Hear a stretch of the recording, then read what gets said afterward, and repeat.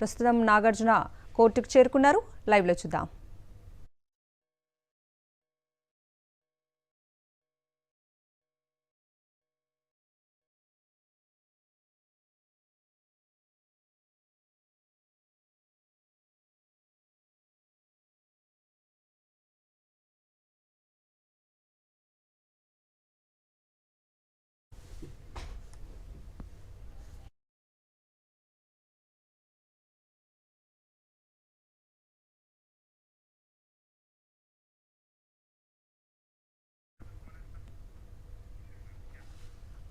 తన పరువుకు భంగం కలిగించారని కొండా సురేఖపై పిటిషన్ వేసినటువంటి నాగార్జున ప్రస్తుతం నాంపల్లి కోర్టుకు చేరుకున్న దృశ్యాలు ప్రస్తుతం చూస్తూ ఉన్నాము. ఆయనతో పాటు ఆయన భార్య అమల కూడా ఉన్నట్లుగా మనకు దృశ్యాలు కనిపిస్తోంది.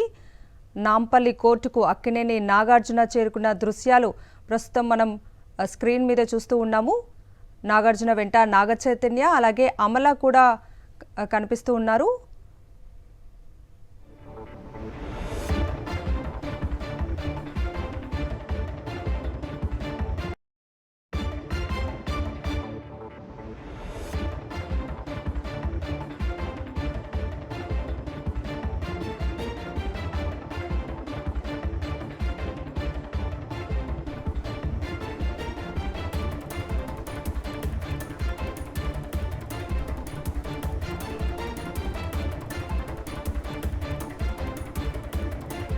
తన పరువుకు భంగం కలిగించారని కొండా సురేఖపై పిటిషన్ వేసినటువంటి నాగార్జున ప్రస్తుతం నాంపల్లి కోర్టుకు చేరుకున్న దృశ్యాలు ప్రస్తుతం చూస్తూ ఉన్నాము. ఆయనతో పాటు ఆయన భార్య అమల అలాగే కొడుకు నాగచైతన్య కూడా ఆయన వెంట ఉన్నారు.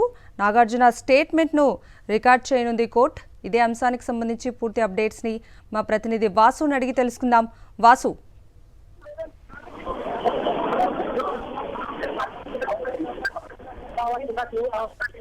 హలో,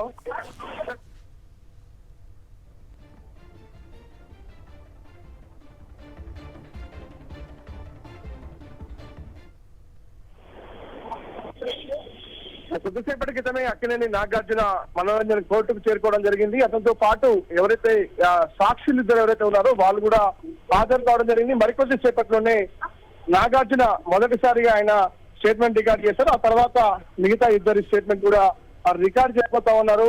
అయితే వీరిలో సాక్షులు యార్లగడ్డ సుప్రియతో పాటు ఆట్ల వెంకటేశ్వర్లు వీరిద్దరు కూడా నాగార్జునతో పాటే చేరుకోవడం జరిగింది.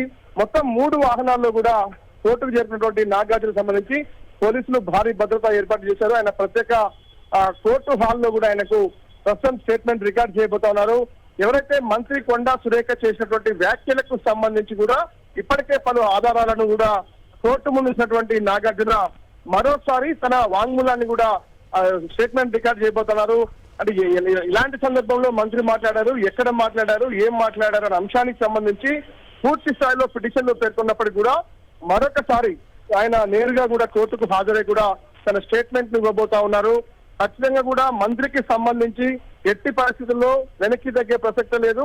ఎందుకంటే ఎన్నో ఏళ్లుగా కాపాడుకొని వస్తున్నటువంటి తమ కుటుంబ గౌరవాన్ని అగౌరవపరిచే విధంగా కొండా సురేఖ మంత్రి చేసినటువంటి వ్యాఖ్యలు తమ కుటుంబాన్ని ఎంతగానో కలత చెందే విధంగా చేశాయంటూ కూడా ఆ కుటుంబం మొత్తం కూడా అంటే ఆ కుమారునితో పాటు కూడా హాజరైన పరిస్థితి. నాగార్జునతో పాటు అతని కుమారుడు కూడా ప్రస్తుతం అతనితో పాటు ఉన్నట్టుగా తెలుస్తా ఉంది. కొంతమంది కుటుంబ సభ్యులు కూడా నాగార్జున తోడుగా కోర్టుకు రావడం జరిగింది.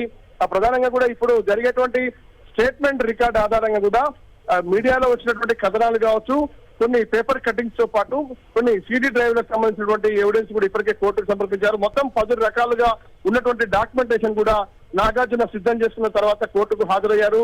అశోక్ రెడ్డి న్యాయవాది కూడా అతనికంటే ముందుగానే కోర్టుకు చేరుకోవడం జరిగింది. మరికొంతమంది అడ్వకేట్లు కూడా నాగార్జునతో పాటు కోర్టుకు రావడం జరిగింది.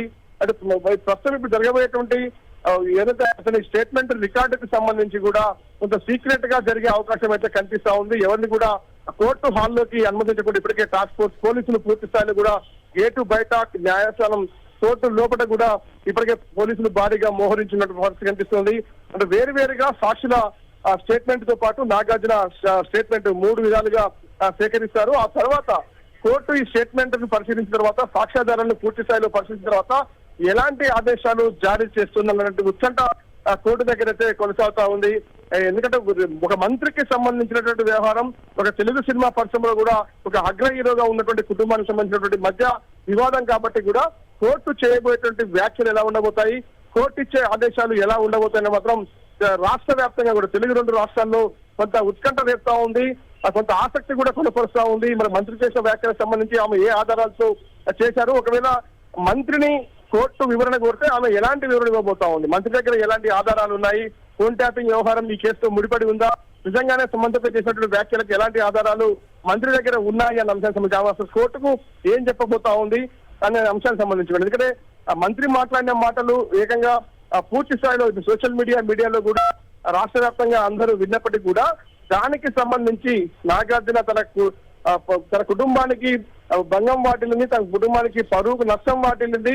మరోపక్క మంత్రి పైన క్రిమినల్ చర్యలు కూడా ఏదైతే బిఎన్ఎస్ యాక్ట్ 365 ప్రకారం ఆమె పైన కేసు నమోదు చేయాలంటూ కూడా ఆయన కోర్టును కోరుతున్న నేపథ్యంలో కూడా కోర్టు ఇవ్వబోయేటువంటి ఆదేశాలు చాలా కీలకంగా పోతా ఉన్నాయి. నేరుగా పోలీసులకు ఆదేశాలు జారీ చేసి క్రిమినల్ కేసు నమోదు చేయమని చెప్తుందా మంత్రి పైన, లేదంటే మంత్రికి అవకాశం ఇచ్చి కూడా మీరు ఎందుకు అలాంటి వ్యాఖ్యలు చేశారు, ఎలాంటి ఆధారాలతో వ్యాఖ్యలు చేశారు, అలాంటి వ్యాఖ్యలు చేయడం సమంజసమా కాదన్న అంశానికి సంబంధించి కూడా మంత్రి వివరణ కోరే అవకాశం కూడా లేకపోలేదు. ఈ రోజు ఈయన స్టేట్మెంట్ తర్వాత కూడా మంత్రికి నోటీసులు జారీ చేసి కౌంటర్ దాఖలు చేయాల్సిందిగా కోరే అవకాశం ఉంది.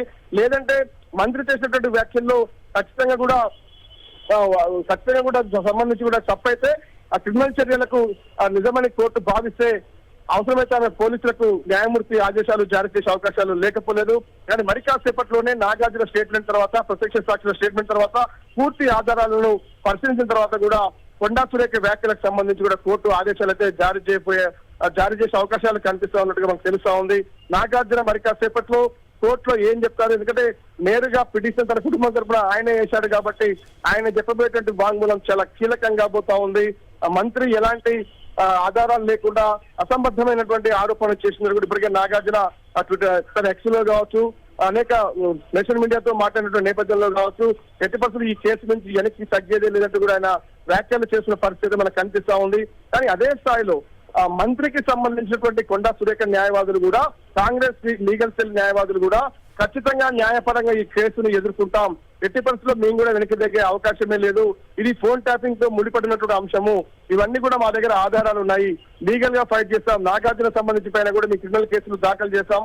మరోపక్క ఏదైతే ప్రతిపక్ష పార్టీలకు సంబంధించిన వ్యవహారంలో కూడా వాళ్ళపైన కూడా ఎవరైతే ఆరోపణలు చేస్తున్నారో వాళ్ళపైన కూడా లీగల్ గా ఎదుర్కొంటామని కూడా ఒక పక్కన కాంగ్రెస్ పార్టీ లీగల్ సెల్ అయితే చెప్తా ఉన్నప్పటికీ కానీ ఇప్పుడు జరగబోయే పరిణామాలు ఎలా ఉండబోతాయో చూడాల్సింది. మరి కాసేపట్లోనే అక్కడనే నాగార్జున స్టేట్మెంట్ రికార్డ్ తర్వాత మిగతా ఇద్దరు స్టేట్మెంట్ కూడా రికార్డ్ చేసిన తర్వాత కోర్టు మరి కొన్ని ఆదేశాలు అయితే జారీ చేసే అవకాశం ఉంది. ఆదేశాలు డైరెక్ట్ నేరుగా పోలీసులకు ఉంటాయా, లేదంటే కొండా సురేఖ కౌంటర్ కోసం కోర్టు ఆదేశిస్తుందా చూడాల్సి ఉంది. వాసు, అంటే నాగార్జున స్టేట్మెంట్ ని రికార్డ్ చేసిన తర్వాత అంటే నెక్స్ట్ ప్రొసీజర్ ఏ విధంగా ఉండబోతోంది? మనం చూస్తున్నాం కోర్టు హాల్లోకి నాగార్జున తన భార్యతో అమలతో కలిసి కూడా వెళ్ళినట్టుగా మనకు అందుతున్న సమాచారం. అక్కినేనికి సంబంధించినటువంటి కుటుంబ సభ్యుల కుమారుడు నాగచైతన్య కూడా ప్రస్తుతం హాజరైన పరిస్థితి. అంటే ఏకంగా నాగార్జున కుటుంబ సభ్యులతో మొత్తం కలిసి కోర్టుకు వచ్చినట్టుగా మన సమాచారం. నాగచైతన్యతో పాటు అమలతో పాటు అక్కినేని నాగార్జున మరికొంతమంది కుటుంబ సభ్యులు కూడా ఆయనతో పాటు కోర్టు హాల్లోకి వెళ్లారు. వీళ్ళందరూ కూడా కోర్టుకు ఏం చెప్తారు, చెప్పిన తర్వాత కోర్టు ఎలాంటి ఆదేశాలు చూడాల్సి ఉంది. మరి కాసేపు